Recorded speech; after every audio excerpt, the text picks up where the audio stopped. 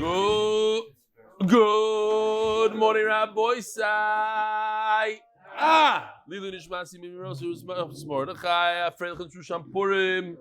Welcome to Shapsi Cohen, who was here last night to the Hebrew Shir and had to catch the last bus to Beitar, and he's here again today. There's somebody that lives far away. How long does it take you to get here? An hour and a half. Half an hour, he says. And you live next door, and what's your excuse? Oh. All right, Rabbi, so we have a lot of stuff I need to show you. It was amazing Purim. So you should koyach to every single person that came by my house, and you should koyach to all the beautiful shalach manas. But a bigger you should koyach to all those who didn't come to my house. I had to prepare a little bit, and that didn't go very well. Rabbi Isai Kobi Sela here in Hebrew, I'm going to do this quick. He says in Hebrew, who would have believed that during a Purim Suda I would have one ear with a ear pod in there and listening to the shir? Somebody took a picture of me. I can't even believe myself what I just saw in the picture. I would never believe this about myself. Kobi Sela. Rabbi Isai, you all remember the Ganav. So the Ganav came to visit me. The author of the Gneva, here he is. This is Yoshi, the artist himself. Yeshur Koyach for everything he did. And yesterday was pretty funny. I asked him to do some art. He goes, listen, I'm a little tipsy. The stuff that came through is unbelievable. We fixed it up later on, after midnight when he sobered up a little bit. Rabbi said, check this out. Here's the MDY Chassid, a true Chassid. Look at his Shreimel. But what's more important is what it says on his back. Let me show you real good. Go to 8minutedaf.com. Gewaldig. Rabbi, check it out. And of course, we have the house of Peretz Chaim Levin. This is how it's dressed up. Wow. Come, get over here. Come here. Wow, this is so special. What's your name? Yitzchak Eliyahu. You live in Ramat Shemesh, right? Yeah. You were born here? Yeah. Do you speak Hebrew? Ken. Kacha. What do you speak? This is what you collected for MDY? Yeah. Wow, it's very special. You went around. Unbelievable. Thank you so much. Wow. Because of you, does this go towards your father's page? I heard he's $39,000 short. Where you hold? Do not. All right. Rabbi said, listen to this tzaddik.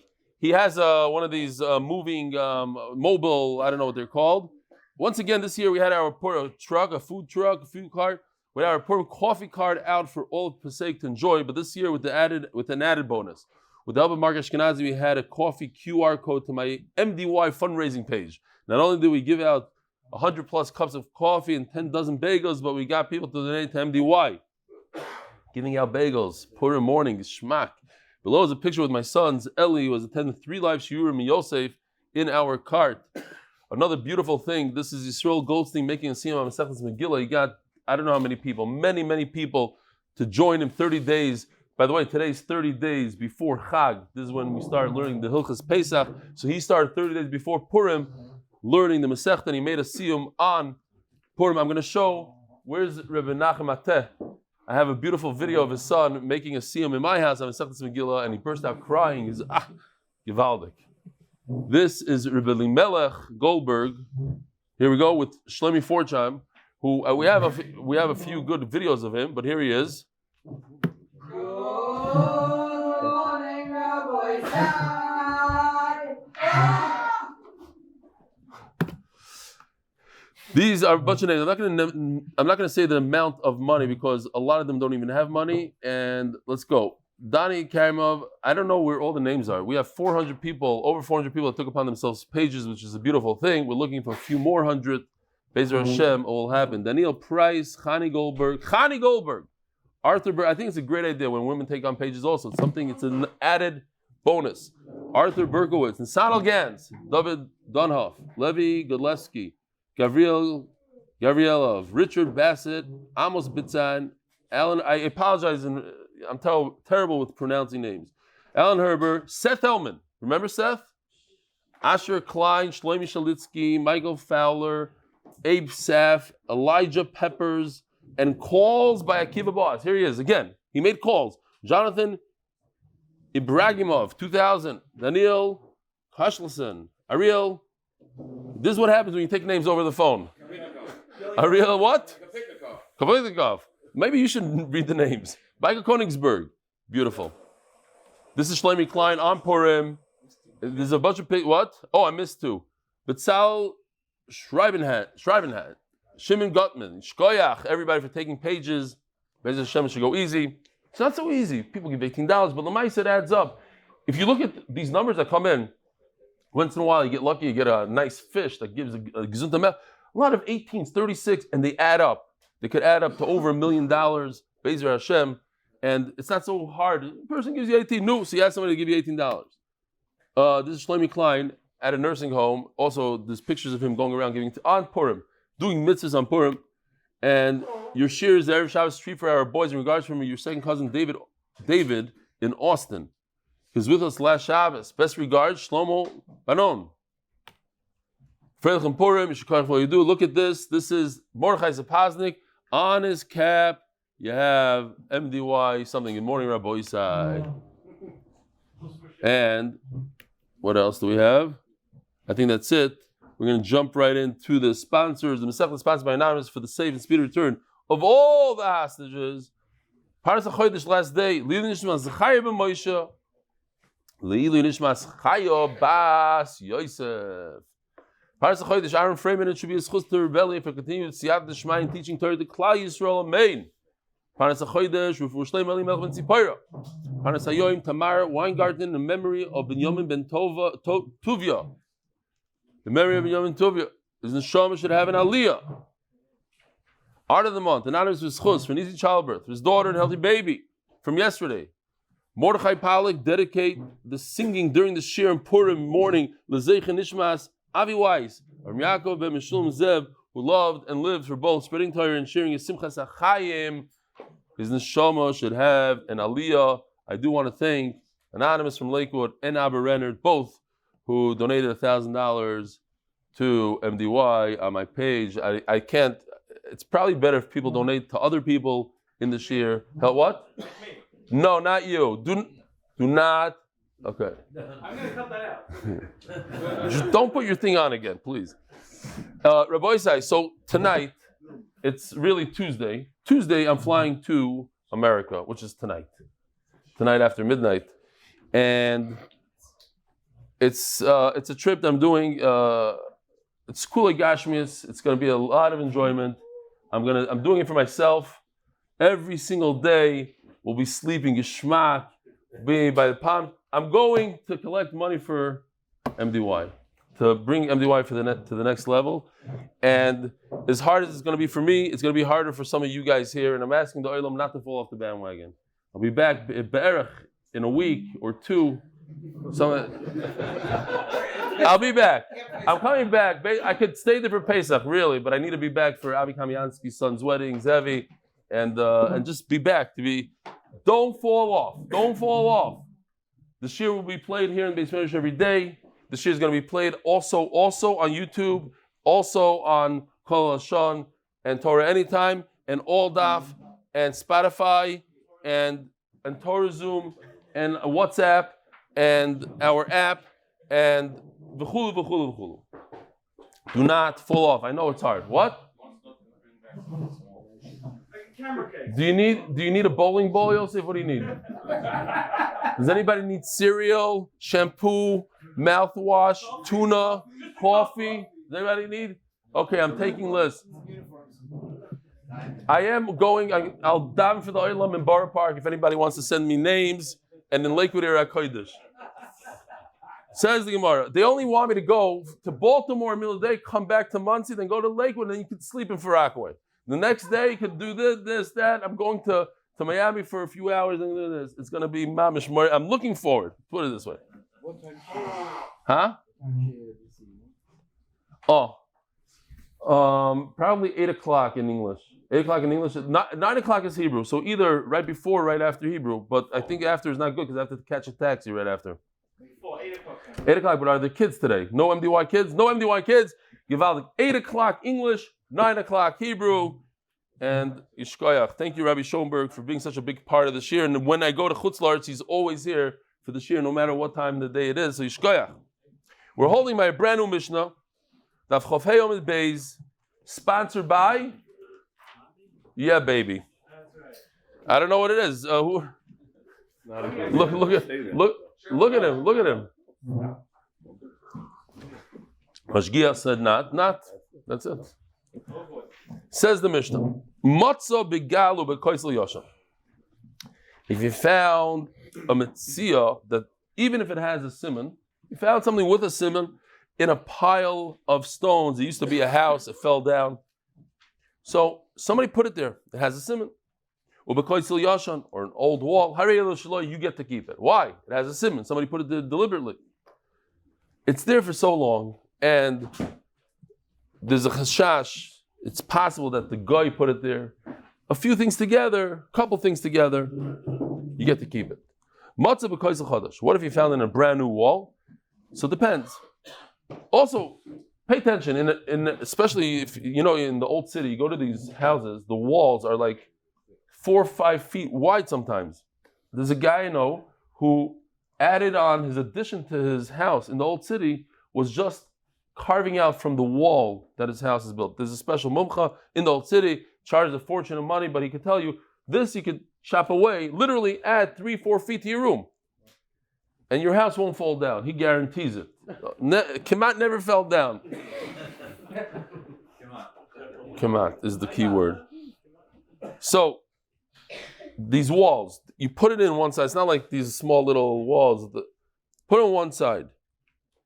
If it's on the side of the house, then it's owned by the owner of the house. If it comes in from the other side, then it's from the street, and you get to keep it. If it's the part of the wall that's towards the street, you get to keep it. And the inner side goes to the owner of the house. Let's say he has a bed and breakfast. He rents out the room in his house to people. So now we don't know who the person is. It could be the guy who left his money there on Monday. It could be the guy who left his money there on Tuesday. It's different people come in and out. Even though it's inside the house, under the bed, you get to keep it, not the owner of the house. Now, here's the problem. A lot of you are thinking to yourself, there's something called kinyan chatzar. It's my house. I own the house. So if money fell under the bed, I get to keep it. Why not?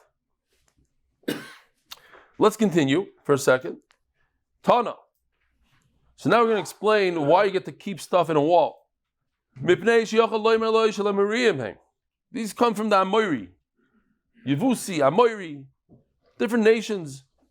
Says the Gemara to Amoiri, Matzni, Yisrael, Matzni, what only the Amoiri, he hides stuff in a wall and not a Yisrael. Like Tzricha, the Shosich Tvei, it's so rusty that you can tell that it's there for many years, and whoever put it there already was Messiah, he's never coming back. Says Tosfos, what happened to Chatzar Koina? V'shloimar. Says Tosfos, you saw it for the whole shas that we have to remember. You're not Koina b'kinyan Chatzar, something that's possible that you'll never find. So, this brings about many halachas and very interesting things that happen on a very constant basis. Many, many stories. I'm familiar with a guy that I worked with for many years. He bought a house and he was doing renovation in the house and he found $50,000 in the wall of the garage. Rabbi Schoenberg is writing a whole piece. He told me on Purim, he wrote 163 pieces. Each piece is 2 pages. You saw this long arichos. It's like a sefer. 163 straight.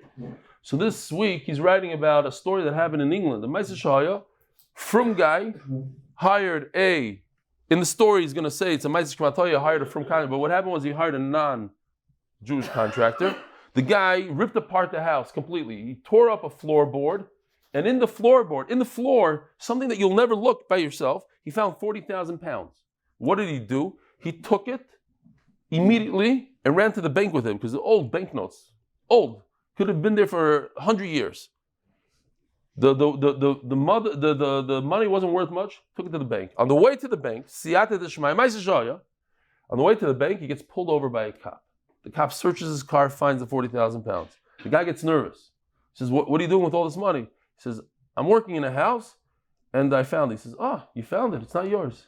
It's that guy's. Now, what's the halacha? How do we pass it? It's not so pashut. There's a lot of, it's very possible he gets to keep it, halachically.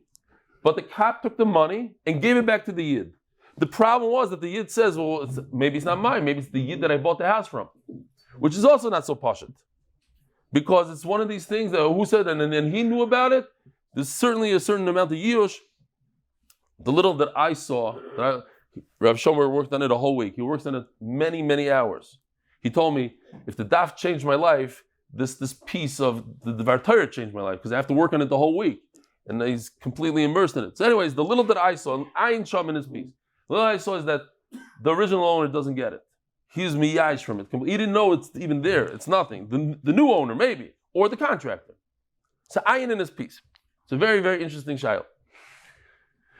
We see this halach in Tosfos that if it's something that you're not going to find, or it's very possible you won't find, you're not koyin it. There's no kinyan chotzer.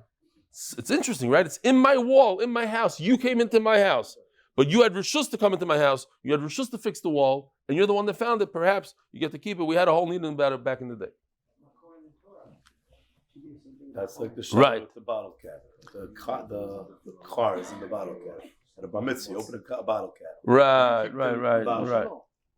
And then the Torah says that, we're going to have tsaras in the walls. You talk about the Rabbi Schoenberg. Tsaras in the walls, you're going to buy a house from the guy, you have to take off the stones, you're going to find the thing. Lehoya, there wasn't the tsaras. Okay, fine. What do you mean? If you don't know about it, there's no kinyan chotzer. So kinyan chotzer means that you're aware of it. You're aware. As I says the Gemara, we're holding. We just got to our Amud. Chavav Amud Aleph on the top. Because the choshev mechazir lechutz shloi mechazir lefnim shel bal habayis. Omar Ravashi Sakino Basar Kata Rabbi Say. Here we go. This is from Dave Sharfman's Shalach Manas Ishkoyach Gadol. Beautiful Shalach Manas. Looks great. This is no. You don't understand. It's like a built-up. It's this large, huge with this and wine, the challah cover. But they do it like they build it up. Oh man! I got to be I was warned 22 times from my 13-year-old. This is Lego. I can't. Okay, very careful. Don't. Yeah. Okay. You know what I'm talking about. I told you about the mice. My wife's friend, her son built. Oh, we got to take the not over here. No. Just hold it in the end. Okay. Could you move this, please? Thank you. More. This also. Let's put it over. Okay. Shkoya. Whose tissues? Those tissues over there are in the picture. Fine. Anyways, it goes like this. This is not accurate. This is just for l'saber soizen. These walls are very, very wide, right? You have a few feet. So the point is, if there's a handle, so you go by the handle. Okay, fine. It's in whatever, but the handle points this direction to the house, so the guy from the house gets it. If the handle points this direction, so the guy in the street gets it. Wherever the handle is. Okay. Now something else. Vikisa bosar shinsei. Schnatzer, whatever it's called. Yeah, I know, but I just said that for you. This is a kiss, also from Yisrael Luchman's mamish. They gave me the props. There's a pouch that you put money, and it has these guys. So people would put the pouch in this direction. First, you put the strings in. The opening of the pouch goes into the wall first. So if you're in the Rosh Hashanah and you see something like this, you can't take it because obviously the guy put it from this direction. If you see it this direction, you put the opening of the pouch into the wall first. You don't want to put the opening towards yourself because then when you pull it out, all the money falls out, whatever. You put it into the wall. So basically you could see who put it in there. Now, for the next thing.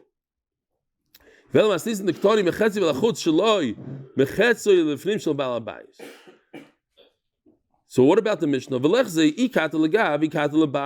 if the handle of the knife is inside or outside. Where did the guy put it in from? Are the strings from the pouch, the inside, the outside? Says the Gemara, it's something that doesn't have an inside, doesn't have an outside. It's a flat bar of silver. There's no handle, there's no top, there's no bottom. It's a square, it's a rectangle. So you can't tell from the direction that you're looking at, you cannot tell where it was put in. Tana, if the wall was completely filled with whatever this item is, cholkim. So again, a guy is, let's take this out a second. Oof. Let's say this knife is over here. Okay, it's even from both sides. A guy is in Rosh Hashanah. Oh, look what I found! But it goes all the way through and through to this side. So what do? You split this guy in half. You cut it in half. Why? Because half of it was to the house, half of it is to Rosh Hashanah. So you split it half and half. The Gemara understands it's such a simple concept. Pshita. It's not to the house. It's not to the Rosh Hashanah. It's 50-50. So yeah, divide it. Says the Gemara, what happened was, let's say it's like this. Let's say, look, here, the guy put the knife in. It's obvious it's from the Rosh Hashanah. But then over time, the wall, look at this, the wall started leaning. It's an old wall, slanted wall. So now that's why maybe gravity pulled it towards the Rosh Hashanah. So we're talking about in a case where the wall is tilted, it's leaning. Vafa Pikin, we're going to say, nevertheless, we'll say that you have to divide it in half. Look, it looks like it probably started out from this side, from the house's side. Or if it leans this way, it started from the Rosh Hashanah side. And the fact that it's 50-50 is because it's leaning. No. That's how it started out, and that's why you divide it in half. You can put your tefillin back. You rent out your rooms in the house. Whoever finds it, finds it. Ask the Gemara. Let's just figure out who the last person in the room was. Shouldn't it be his? Lezel basar basra. Miloitnan. Let's do a little chazara here. Because somebody that's in the shir for a long time, and he's like laughing, so get with your Meiser Sheni stuff. So I said, okay, so you say it over. And he was getting confused. So we got to do chazara. A guy has 100 fruit. He has to give 2%, let's say, to Truma. Berech 2%. It's not exact amount. 2%. So he's left with 98 fruit. Whatever's left over, he gets 10%. He takes 10%. The Yisrael takes 10%, gives it to the Levi. So now the Levi has 10%. He has 9.8 fruit. The Levi also has to give Meiser. So the Levi takes 10% of what he has, and he gives to the Kohen. He has to give Truma. So it's called Trumas Meiser. Now, in years 1, 2, 4, 5 of the Shemitah year, he has to give 10% and he eats it himself in Yerushalayim. If he cannot carry those fruit up to Yerushalayim, so he transfers it to money.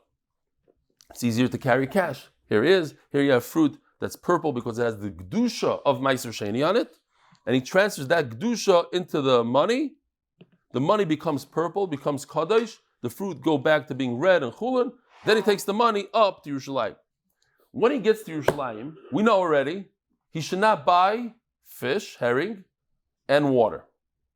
What should he buy? What's the best thing for him to buy? Shlamim. So most people go ahead and they buy Charbonai Shlamim. They buy meat. So you mekayim a big mitzvah of bringing a carbon to Hashem. Plus you get to eat it. It's kachim kalim. You get to eat the Shlamim. Givaldik. So everybody's busy buying Korban Shlamim, making nice barbecue, steaks. What happens when you come, you're a wealthy guy, you have a lot of trees, a lot of produce, you come with a lot of money. Now what? So eventually, you're going to get tired of this whole thing, and you have to go back home. So you leave your money in Yerushalayim, you leave your Kaddish money, and people that need in Yerushalayim get the benefit from the Meiser Sheni money. Free food. You buy food, you leave it in Yerushalayim. There's a Taisus in Bava Basra that says the time of the Krah, the reason behind, perhaps you can say the reason why Kadosh Baruch Hu created this thing called Meiser Sheni is because it forces people to come up to Yerushalayim. And in Yerushalayim there's a lot of Tamid Chachamim, a lot of Tzadikim, a lot of Chasidim, a lot of Torah. And let's say you send your son up with all this money. So your son is going to be exposed to all the Torah. And he's going to come back and bring back with him halachas. Basically, every family, says Taisus, is going to have a Talmud Chacham. Throughout Klal Yisroel. There's a lot of Amaratzas. They didn't have the yeshivas that we have. They didn't have the systems. So in order for them to be exposed to HaKadosh Baruch Hu, forced everybody, you have to come up to Yerushalayim, spend 10% of your money, and sometimes it's the father that has, sometimes it's the son, but anyway, every family will have somebody that knows something. So now, you're there by the people selling animals. Who are they selling these animals to? They're selling animals to people that want to buy shlamim. So you're right in front over there, and you see a pile of money. You find a bunch of money. What is this money? Typically speaking, you can keep it. But it has Kedusha. It has a special Kedusha of Meiser Sheni. You can't just go and buy a PlayStation with it. Now you're stuck. You have to assume that the roiv of the money there, most of the money in that area where the animals are being sold, is Meiser Sheni money. And therefore, you have to treat it as such. You have to buy food, animals, whatever.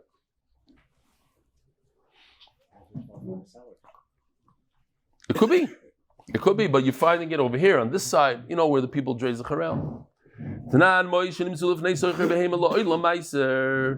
We have to go by the roiv, and when you're by the animal dealers, the money over there is most likely going to be Meiser Sheni money. The harabayis. If you're on harabayis, chulin, then you can assume that it's chulin. Why? So the Gemara is going to explain. Depends. In Yerushalayim, most of the year it's chulin. B'shas harega, when it's yontiv, there's so many Jews from all over the place. Hakol meiser, you have to assume that it's Meiser Sheni money. V'amar Rav Shmaya bar Zeira. Rav Shmaya explains, "My tayim ahoil b'shuk Yerushalayim asuin l'skab b'chol yom." They sweep all the streets in Yerushalayim. Why do they sweep all the streets in Yerushalayim? Because it's close to Harabayis, it's close to Beis Hamikdash, so everything is clean. So you see from here this idea of being clean, of keeping your Beis Medrash in a clean state. Yeah? There are those who say that if you blow your nose and you drop the tissue on the floor in a shul, you're over on a doiraisa. So, according to that shita, if you see a dirty tissue on the floor and you pick it up, you're mekayim a mitzvah doiraisa. So you see people walking around picking stuff up in shul. There's a reason. There's a person here, I forgot what his name. He usually sits over here next to you, Shabsi. He comes like almost every day, and he cleans up the Beis Medrash. He cleans up. Josh. What's it? Yeah, Pearl. What's his last? Perlowitz. Right. Every day. Comes every day. Shows up. He takes care of the pushka, and he cleans up all everything. Misader. Why? There's a big Indian. Yeshua did it. So it's a thing to keep the Beis Medrash clean. It's like cleanliness is a thing. When you see like boot marks and this, it's not supposed to be there. So what? Yeah. There's a guy that cleans the streets here in Ramat Shemesh. He has his music, and he cleans what? No, he wouldn't talk to me. I said thank you to him a few times, and he doesn't talk to anybody. He moves very, very quick. He's brilliant. Okay. I tried once to talk to him. Didn't go well. There's somebody else in this marriage. I don't know if he's an Anav. So I said this a few times about him. He gave me a lot of chizik back in the day. He used to clean over here in the neighborhood, listen to Torah shiurim, clean the neighborhood. So I said, "What are you doing?" He said, "I'm exercising. I'm earning a parnasa because instead of getting an air or whatever, he did himself. No busha, nothing. Like knock out 4 birds with 1 stone. Exercise, money, Torah, listening to shir, and cleaning Eretz Yisrael. It's unbelievable. And his kids would come with him and clean also. Some of his kids are here now today also. Fine. What? A real Ben Torah. He gets the answer before everybody else. Okay, fine. Zog the Gemara. And he also knows how to dress up Purim costumes. The Shomer Kishurim guy. He's very good. I'm not going to say your name, don't worry. I know it's a Nova, I'm not. I'm sure I'll get over here. Sure, he's the right guy to call over.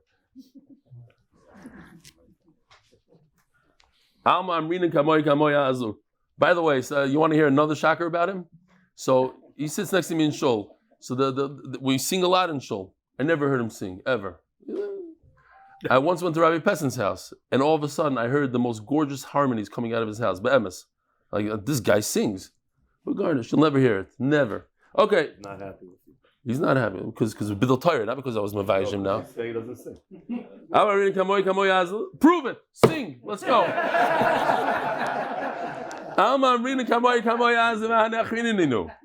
Akaponim, you see that there's something called sweeping, and when you sweep the floors in Yerushalayim, there's no money left over. The sweepers are going to pick it up. Unfortunately, this guy that cleans up the ayalon, every day he walks away with bags and bags. People just blow their nose and throw the tissues down. It's nerva. Help him. Help him by not throwing your stuff down. Every day. Crazy amounts. So if you're in a room, you rented a room, obviously somebody's going to clean it up before you. People search around. And I said this, for me, to explain it, I don't have the clip. There's to me, it was extremely funny. There's a lot of truth to it also, that's why it's funny. There's a couple leaving a hotel room. It was in Hebrew. And the wife looks at the husband, she says, "You sure you took everything?"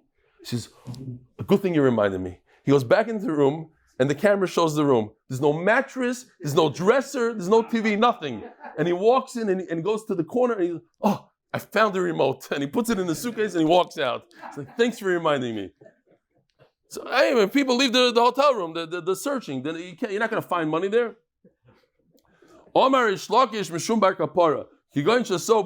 Just saying it, imagine if you saw it. The guy, they're funny guys.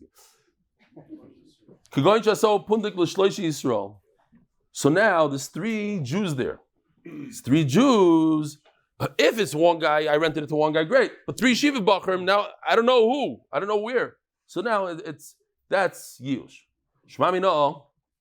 So if you remember, we had this here. Look at the chart for a second, just to remind the Olam. We have Reb Shimon ben Elazar that says that if you do something with there's a roiv, there's a tremendous amount, a lot of people there. It's a city square, a busy block. You get to keep it. So the Gemara says, is he talking about a place with a lot of goyim or a lot of Jews?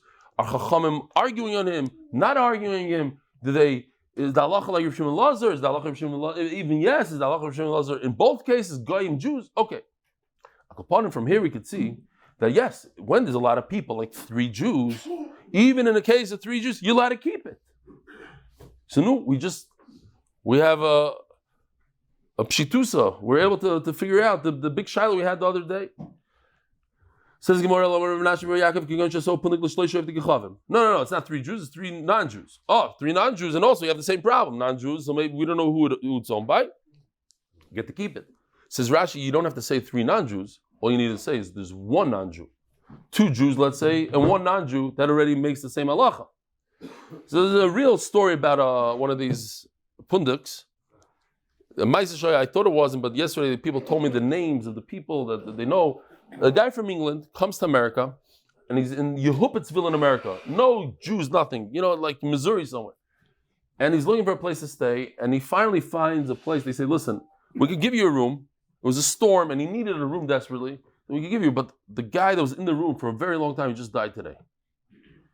So he starts schmoozing with them, and he hears like a Jewish-sounding name. And what's his first name? Yaakov. Oh, he says, "Listen, then what are you going to do with him?"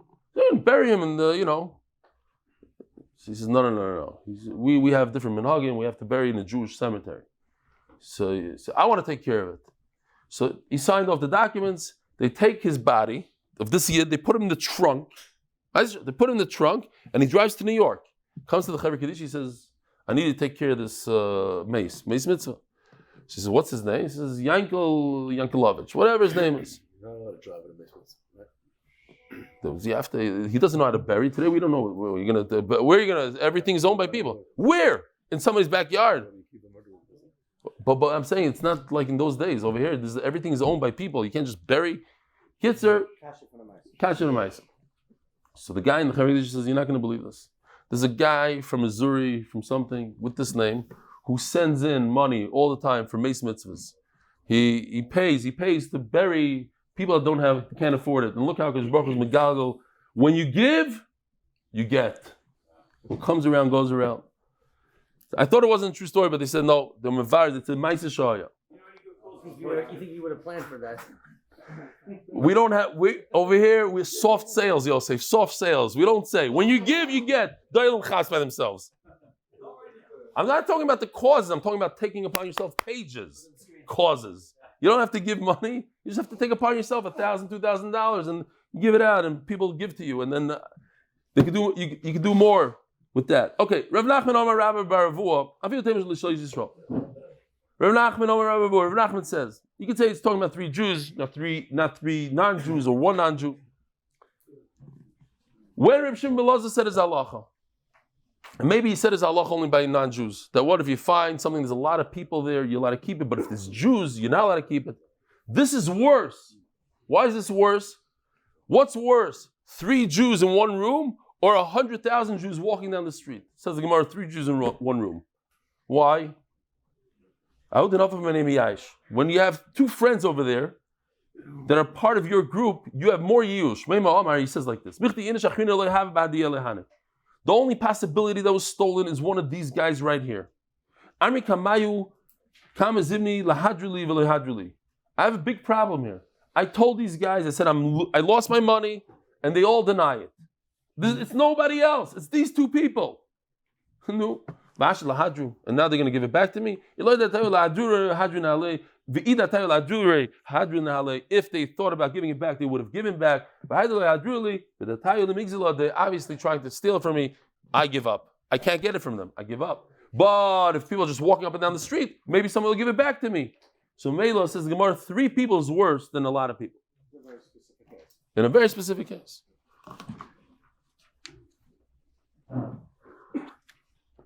Says Gemara, and this Rav Nachman, Rav Nachman Tameh, and he goes according to his own Shita Domer. Rav Nachman Ross Sela. Shenova Mishnayim. A person is walking the street and he sees money falling onto the street. He doesn't know if it's from the guy on the right or the guy on the left, but they're walking together. Chayiv lahachzir, you must return that. My taima. Before he screams out, sponsor. Ner Tamid of Baltimore, Maryland, in honor of Fishel and Simcha Gross. Thanks to them, 137 people learned 16,000 daf. Over 16,000 daf, and over 727,000 minutes, and we're mesayem Bava Kama with MDY. So, you see money falling down, you can't keep it.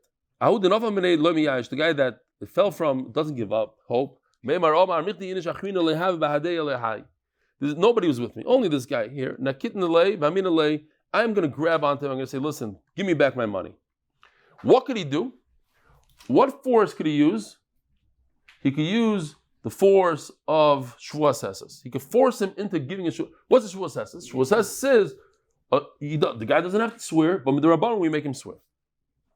That's when you're with one person. I could say, listen, I dropped money. It's interesting because it wasn't even him that found it. It's the guy behind that found it. But okay, I think it's you. I want you to swear for me. And like this, you're not going to want to make a Shvuas Sheker. You're going to give the money. Now, you took it from me. However, Bishloisha says Rav Nachman, you don't have to give it back. Why? So this is Rav Nachman l'shitase. This literally they line up these 2 things. My time, when there's 3 people, just like in the hotel room, he gives up right away. I can't force 2 people to make a shvuah. That's unreasonable. To go to 2 people, it's one of you 2, both of you swear. No, if you know 1 person, you really chayshit, great, not 2. If I grab onto Reuven, he'll say, I didn't take it. And then grab onto Shimon, no, I didn't take it. And therefore, there's a yush over there, and that's why when you find money in a hotel room, the 3 people. Why is it not yush? No, you're confusing things. That's different. It's money for him. What do you mean yush lamidas? He's saying it for him. He hasn't been meyash yet. Yeah. How do you know he wasn't miyash? He's miyash. By the miyash. He does a quick cheshbon. Again, a person notices that he doesn't have money in his pocket, and he knows he has two friends. So either they're going to give it back to him, or they're not going to give it back to him. It's like an ansade that he wasn't miyash. It's not that he didn't know about it, and he would have been miyash. What does Yishalem Das mean? Yishalem Das means he never knew about it. He didn't know it fell. Over here, he knows it fell. So now we know what's going on in his mind. He gives up. Omer Rava, Hay dams b'shloishen nechayev la'achzer. Lo yamar let's be shav pruta l'kol chad v'chad. Says Rava, don't get excited. When you see somebody dropping money, if it's a substantial amount, you don't get to keep it anyway. He's talking about a very specific case with a very small amount of money. Who cares anyway? It's very small money because if there's enough money to go around for all three, if it's $1, $1. In $1, there's 3 prutas, I think. Let's go $5. $5 is definitely, certainly, three prutas, and there's 1 pruta for each person. It's only when it's a small amount of money, you don't have a pruta, 3 prutas over there. If there's 3 prutas worth, how much is a pruta today? 25 cents? Something like that. Whatever. Each person in their country. Chayiv la'achzer. You have to give it back. My timer. Eimer shutfeininu v'loi miyashu. There was a shutfus over here.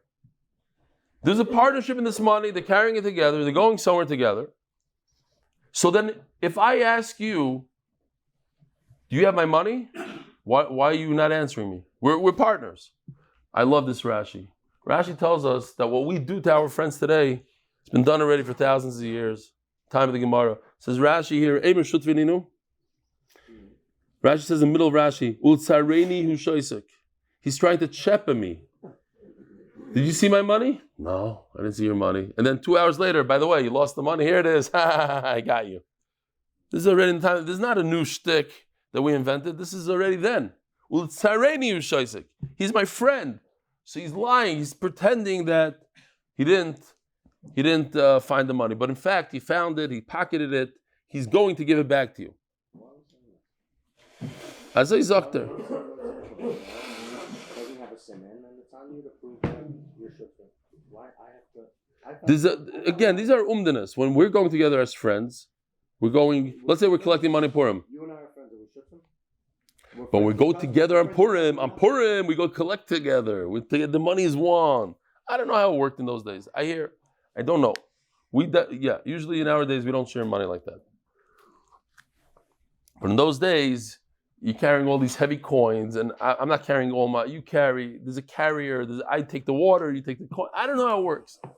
I hear. Says the Gemara. It gets even better. This is even further. 3 people don't need 3 prutas. All they need is 2. Why? I know this is far-fetched. Perhaps they are partners. Not only are all 3 partners, but one of them was moichel the rest. Rav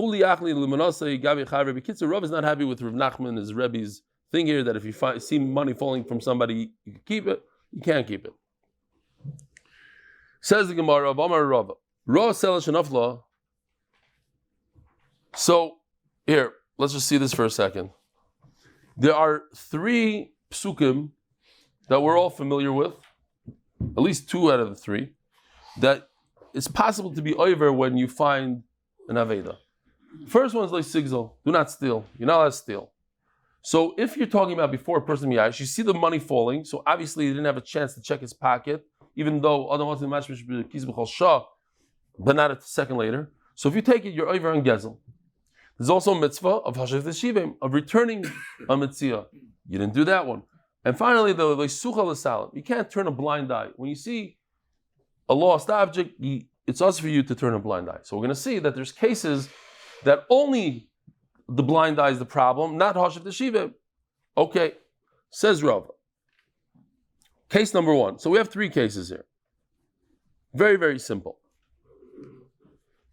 You witnessed the coin fall out of his pocket. Not you took it before the person had a chance to give up. You weren't thinking to do a good deed, you were thinking to do a bad deed. You're thinking to steal it, to keep it to yourself. Oiver bekula, and you're over in all three. Mishum le sigzol, you stole. Umishum hashif tishivim, you did not return it. Umishum le suchal esalim, it says that you shouldn't turn a blind eye. You turned a blind eye, and you took it for yourself. Now, avagav the chazara, or the chazra, even though you gave it back, lacher yush, you waited. The guy gave up hope. And then he said, you know what? I did a bad thing. I stole it. I should have waited until he gave up or whatever it is. I didn't. Let me do tshuva. I gave it back. Now, think about it. Let's think about it out loud over here. If I give back something that I stole, so I no longer have the avera of lesigzal. I kind of did away with that. What about Hoshev Teshivim? It says in the Torah you should give it back. Did I give it back? Yes, I gave it back. What about the problem of Yisuchel Salam? You should not turn a blind eye. I gave it back. Did I? No. Now on that one I got you. You are over on Yisuchel Salam because that is a one-time thing. When you saw it, you turned the blind eye. The fact that you try to do tshuva 3 days later, you turn the blind eye. We're not going to deny the fact that you turned the blind eye. You could do tshuva on gezel, but on turning a blind eye, that's over and done with. So says the Gemara, Matanu de Yoivle, Visura de Ovad Ovad. The Isser that you did. Says Taisvis, that doesn't apply to the first two of Lisigzol and Hoshev Teshivim that you did tshuva for. What the Gemara is referring to is the last one, Lisuchel and Salah. That you can't do tshuva for. Not Lifnei Yush, you could do tshuva, but the Avera is yours. You got yourself a nice Avera. Not Lifnei Yush, Amanas Nachzira. Next case. A person wants to do the mitzvah of Hoshev Teshivim. Wants to do the mitzvah. He takes it before Yush in order to give it back. That's normal, right? You're walking down the street, you see somebody drop $100 bill. So you pick it up and you run after him. So you didn't want to steal it, you want to do a mitzvah.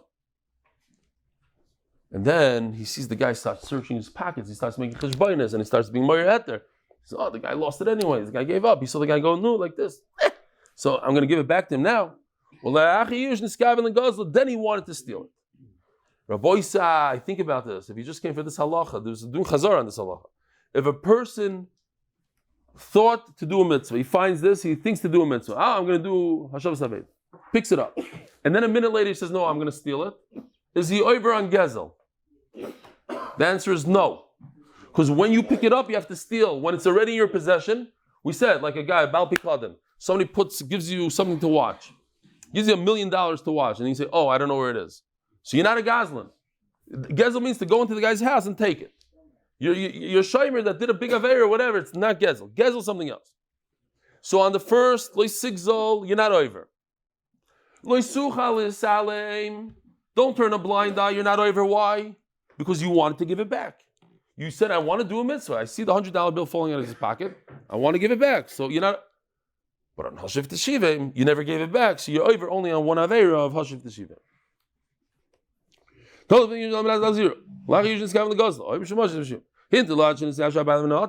If he waited until the owner gave up hope and then he took it, he said, he's a Talmud Chacham, he went to Daf Yomi. He knows that there's something called Yush. You don't pick it up before Yush, he waits. So what are you over on? Only one thing, because he turned a blind eye. He should have given it back. But Hoshev Teshivim is not over because it's not the guy. He's not chayiv because this is already used. He's not over on Gezel because it's not Gezel. The guy already gave up.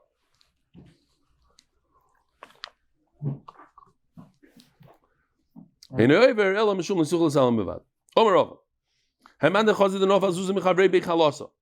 walking on the beach. You see a guy drop a ring, something, a diamond into the sand. He's searching, can't find it. You come with the machine, you come with your sifter, and you find it. You found it, you took it. You don't have to give it back. My time, what's the reason? How did the guy that it fell from is miyash. We had a very, very similar case with the Rolex watch. Dropped it in the ocean, it's gone. It's Zudashayam. This is chayil. No difference between water or a lot of sand. How are you going to find something in the sand? Says even though he came with the sifter, which is similar to the Maisa, somebody said, help me find something. And he says, "What? Okay, what did you lose?" I lost my wife's ring right over here. Over here? So why are you searching over here? He says, no, because over here there's more light. Searching over here. So over here he comes with the R Eli, he comes with the sifter. What do you come with the sifter? You don't know where to search. You walk down the beach. It could be over here, it could be, who knows? It's a mile long. You know why I'm sifting? I realized something. I'm probably not the first one that dropped the ring over here. If you look around today on the beach, they're going Yom and Valayla with these machines, with the magnet detectors, whatever they call the metal detector. What? Metal detector? Metal detectors. And they find stuff. They do find stuff. And therefore what? Because just because he's going with a metal detector doesn't mean he's going to find his Aveda. I found his Aveda. I get to keep it. Says the Heilige Mishnah, sponsored by Shlomo Lazarian. No, it's not Shlomo Lazarian. What? He set it up. It's somebody else. I'm not allowed to say, oh boy, I'm not allowed to say anything. Maz v'chanos, the Mashgiach doesn't like. Maz v'chanos, so far, no sponsor. Maz v'chanos. Maz v'chanos. You find something, you gotta go. We find something in a store. It happens all the time. You go into a store, you go into the bakery, dozens of people walking around, everybody's grabbing barekis, and you find 100 shekel on the floor. You get to keep it or not? You get to keep it. Why? What about Kinyan Chotzer? No, it's not a mishtamer, it's nothing. It's so many people, it's not the owners. It's somebody that dropped it, that's it. You get your miyayish. You're never going to find that money. We're talking about something without a simon, right? Doesn't have a name on it or anything. You get to keep it. What about so first of all, Rabbi said, just for this depiction over here, this is what money looks like, in case you're wondering. No, because no. For this, to point, it's hard to see it in the picture. Here we go. Here we go. No, because if we didn't show it, you wouldn't notice. It looked like it's part of the carpet or something. It happens to be that Yoshi did this while he was a shtickle. It was very interesting yesterday. There's things upside down. He fixed it later on when he sobered up at 1 a.m. We had a few funny, interesting things yesterday. So, it's the coin to size, right? This is what a shikr thinks a coin looks like. So, you have, although I saw a different pshat over here, but I'm going to go with this pshat. It's easier for us to understand. There's a table. The way the table worked is that, you see the stools in the background? I say, Yoshi, I need a table on stools. He says, no problem. He gives me stools without a table. That table is supposed to be on the stool. That's how it worked. You get 2 nice stools, you put a piece of wood on top, now you have a table. So, if you find the coins in the open area where people shop, you get to keep it. If the coins are behind the cash register, it's obviously the owner of the store. Now let me ask you something. What if the coins are on top of the counter? Whose are they? Machlokes says Hillel. It could go both ways. Maybe we can medayek it from the Mishnah. Between the cash register and the shop owner, Shalchenvani, he gets to keep it, the owner gets to keep it. Now the same exact thing basically, but this guy is a money changer. If it's in front of the table of the money changer, you get to keep it, you yourself. Between hakise over here means the stool that the table is on, and the money changer,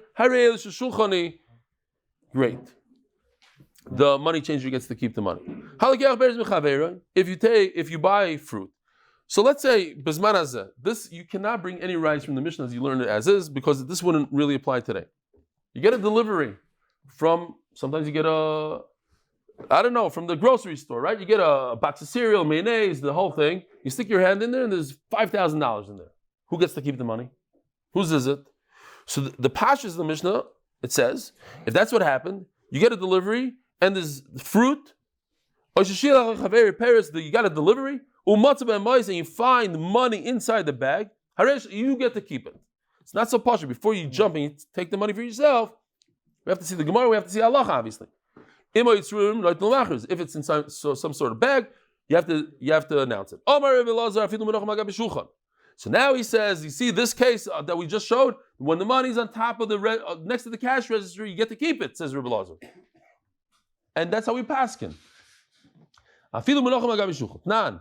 What about our Mishnah? If it's in front of the table, you get to keep it, but it's mashma if it's a little bit further down. It's on the table itself, you don't get to keep it. There's a classic Gemara where I can infer from the Reisha one way, infer from the Sefer the exact opposite. Now we have a contradiction, and what do? We're not going to learn anything. If I find it between the table and the shopkeeper gets to keep it. Mashmad, if it's a little further from the shopkeeper, it's on the table. Then the shopkeeper gets the guy that finds it gets to keep it. We're not going to learn anything from our Mishnah. But where did he get the halacha? Where did he find? Because the words of the Mishnah were shvertim. Why do you say a far case? That it's right next to the feet of the store owner, then the store owner gets the cat. Say something much easier. Say it's further away from the store owner, it's on the table between the store owner and the client and the shopper. Listen to shulchan. Inami, why does it change the lashon of the Mishnah when the Mishnah itself, in the first case, talks about when it talks about the money changer, it doesn't mention anything about finding it in the open area. You